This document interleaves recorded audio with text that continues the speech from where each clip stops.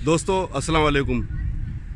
आपके साथ आज फिर मैं हाज़िर हूँ ज़ुबैर, जामिया मिडिल स्कूल और जामिया हायर सेकेंडरी स्कूल के लॉन से। और मेरे साथ मेरे कुछ दोस्त भी हैं, उनसे मैं आपका तारुफ़ करवाता चलूँगा। लेकिन आपको आज हम लोग जिस चीज़ से रूशनास करवाना चाह रहे हैं वो ये कि जामिया मिडिल स्कूल जो है वो सिर्फ़ एक स्कूल नहीं था, एक सीखने की जगह थी जहाँ पर हम बच्चों को प्रैक्टिकल चीज़ों के ज़रिए आने वाली ज़िंदगी से रूशनास करवाया जाता था, उनके बारे में डायरेक्टली इनडायरेक्टली बताया जाता था ताकि हम अपने आप को अपने मुस्तकबिल के लिए तैयार कर सकें। For example Jamia middle school में ऐसे बहुत सारी चीज़ें हुआ करती थी जिसका तसव्वुर आजकल के एजुकेशन सिस्टम में हो सकता है उसकी अहमियत हो या बदल गई हो, उसका नैरेटिव चेंज हो गया हो, लेकिन वो बहुत मायने रखती थी।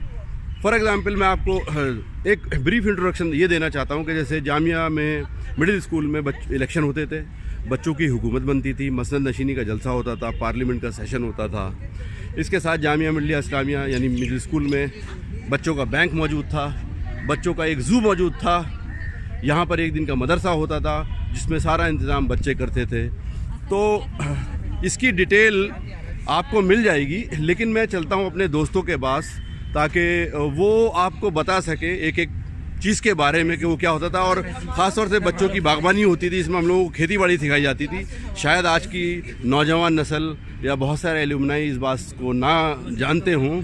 Late us go to teacher Jasmine Kausar. अस्सलाम वालेकुम। मुझे तो खैर इतना याद नहीं है कि जो है, क्योंकि मैं इनके साथ जामे मैंने ज्वाइन करा लेट मेरे साथ, पर हाँ मतलब जामे मैंने लेट ज्वाइन करा, तो जो है मुझे ये नहीं पता कि बागबानी यहाँ होती थी। ज़ुबैर ने बताया बागबानी होती थी, पर हाँ उसका कंटिन्यूशन है अभी भी, क्योंकि मैं यहाँ टीचर हूँ तो यहाँ पे बागबानी का अभी भी है, बच्चों को अभी भी वो चीज़ सिखाई जाती है बागबानी। और माशाल्लाह से बहुत अच्छी चीज़ें, मूली, पालक और गाजर, मेथी बहुत अच्छी होती है। अभी भी बच्चों में वो चीज़ है, बच्चे सीखते हैं उस चीज़ को, बच्चे जाते हैं वहाँ से फावड़ा चलाते हैं बच्चे, एंड दे एंजॉय।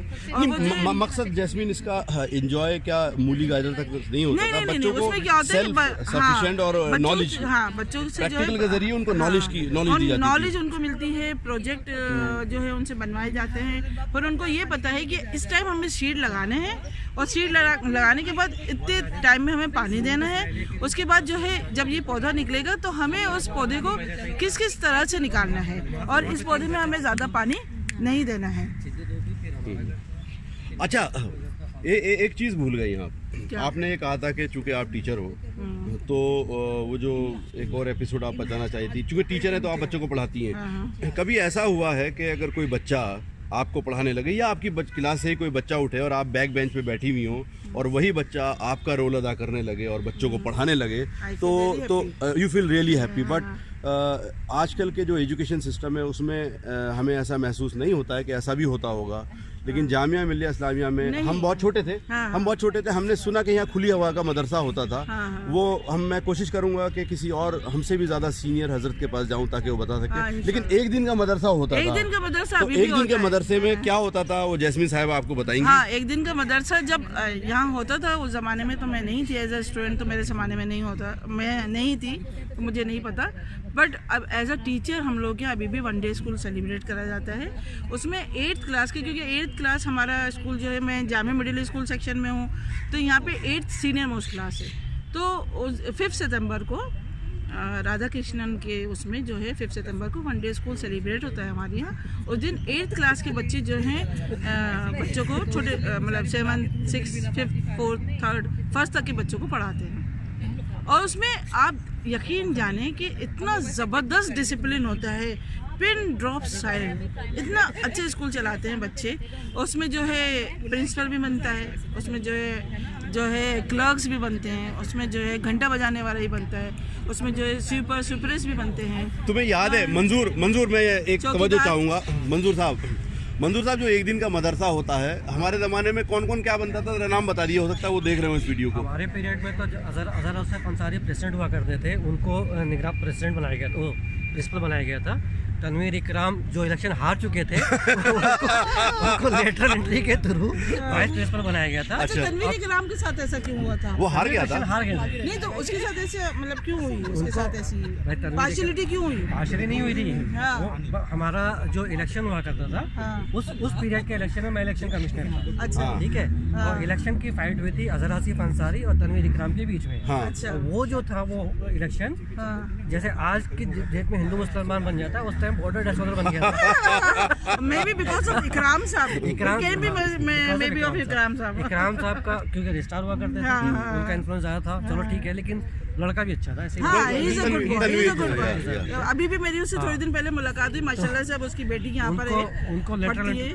उनको लेटरल एंट्री के थ्रू प्रिंसिपल बनाया गया था। और बाकी कुछ लोग और याद है जो मतलब टीचर हुआ करते थे, हम लोग खुद क्लास टीचर बने थे। और एक वो रिजवाना असद थे जिनको स्वीपर बनाया गया था। अच्छा। और बहुत सरवरी को भी कुछ बनाया गया था। साथ लड़कियों को स्वीपर्स या एक वो था हमारे साथ, तुम्हें याद होगा फखरे मतीन। अरे फखरे मतीन को कौन भला भूल सकता है। उसको बिश्ती बनाया गया था। मस्ट लेकर के लड़का करके सबको वो पानी का छिड़काव करना और पानी पिलाना। ये उसका मतलब ये चीजें अब तो नहीं होती हैं। बिस्ती स्वीपर्स भी अब स्वीपर भी बच्चे नहीं बनते, may be because of generation gap. पर जो है और चीजें मजे की बात है, एंड ऑफ द डे होता क्या था कि कुछ एक कमेटी बनती थी, उसमें टीचर इन्वॉल्व होते थे, लेकिन वो सबको जज करते थे क्लासेस में जाके। जिसको जो पोस्ट दी गई है, स्कूल टीचर की है या सफाई कर्मचारी की है, उसके हिसाब से उसको जज करते थे और फाइनली उसका डिसाइड होता था कि किसने कौन सा प्राइज जीता है। तो ये था। अच्छा, मज़े की बात ये है कि जो अभी आपने वो इलेक्शन कमिश्नर की वाली बात करी, तो ये बहुत इंपॉर्टेंट है कि बहुत सारे यूनिवर्सिटीज़ में इलेक्शन होते हैं, लेकिन मिडिल स्कूल में जो कि 8वीं जमात तक होता है, वहाँ पर इलेक्शन होना कोई मामूली बात नहीं है। हमारे यहाँ जो इलेक्शन कमीशन का जो इलेक्शन होता था वो भी काफ़ी डेमोक्रेटिक था। हाँ। अगर तुम्हें याद हो तो 6ठी क्लास से लेकर 8वीं क्लास तक के हर सेक्शन में से 2 बच्चे सिलेक्ट होते थे। पहले जो सेक्शन के बच्चे होते थे वो उन 2 बच्चों को सिलेक्ट करके अपने एक भेजते थे। तो फिर वो जो सिलेक्टेड पर्सन थे वो वोटिंग करके उनमें से एक मतलब कि जो मॉनिटर्स होते थे, हर क्लास के मॉनिटर्स को बुलाया जाता है, तो वो इलेक्शन कमिश्नर को चूज कर लेते हैं। नहीं, हमारे यहाँ ऐसा नहीं था। अच्छा, हमारे अब पहले क्लास में इलेक्शन होते थे। अच्छा। और क्लास के बच्चे 2 को सिलेक्ट करते थे जो इलेक्शन कमिश्नर के कैंडिडेट हुआ करते थे। हमारे यहाँ थोड़ा सा चेंज तो उसमें हुआ करता था। तो आप इलेक्शन कमिश्नर बने थे। अच्छा, इलेक्शन कमिश्नर जो बनता था वो एक प्रोसेस हो गया, अब मसला आया कि अब इलेक्शन कैसे होगा। इलेक्शन कमिश्नर का किस्सा बहुत ही मेरे ज़माने में बहुत ही क्या था बताइए। ये हमारे यहाँ पे क्लास हुआ करती थी जो अभी जो ये कौन सा जौहर मंजिल के नीचे जौहर मंजिल थोड़ा दूर है। आई थिंक इस क्लास के वेयर माय फिंगर इज में 3 डोर है। वो सामने होते हैं, एक पीछे में होते हैं। तो उसका इलेक्शन शुरू हुआ। ठीक है। तो आई डोंट वांट टू से कंप्लेन एंड ऑल। अखलाक साहब जो थे वो सिराजुद्दीन को सपोर्ट कर रहे थे उस टाइम। अच्छा, ओके। सिराजुद्दीन जिनका नाम बाद में हड्डा पड़ा। सिराज, तुम फेसबुक पे हो हमारे साथ। जिसको हड्डा अखलाक साहब चाह रहे थे कि सिराजुद्दीन को जो है वो इलेक्शन कमीशन बनाए। बट मोइन और अजहर जो थे वो पूरी तरह से सपोर्ट कर रहे थे। वो उस टाइम लीडर हुआ करते थे हॉस्टल में। अच्छा। वो ये चाहते थे कि मंजूर जो है वो इलेक्शन कमिश्नर बनना है, जबकि तुम मैं ठीक है। बट मैं एज अ मतलब किस तरीके से वो हॉस्टल ही था, मैक्सिमम टाइम में हॉस्टल में जाता था। तो पहले नॉमिनेशन हुआ, इलेक्शन हुआ। फर्स्ट राउंड में मैं इलेक्शन जीत गया और सिराजुद्दीन के हक में वोट कम पड़े। उसके बाद अखलाक साहब ने कहा कि भाई मैं बाहर जा रहा हूँ क्लास से, आप लोग एक बार दोबारा सोच लिए, दोबारा से इलेक्शन मतलब वोटिंग करेंगे। अखलाक साहब जो थे वो क्लास से बाहर चले गए। तो पीछे का जो डोर था उसमें से मोइन और अजहर क्लास के अंदर एंटर हुए। उन्होंने सारे बच्चों को धमकी दी कि एक भी वोट मंजूर के खिलाफ नहीं जाएगा। अखलाक साहब जब आए दोबारा वोटिंग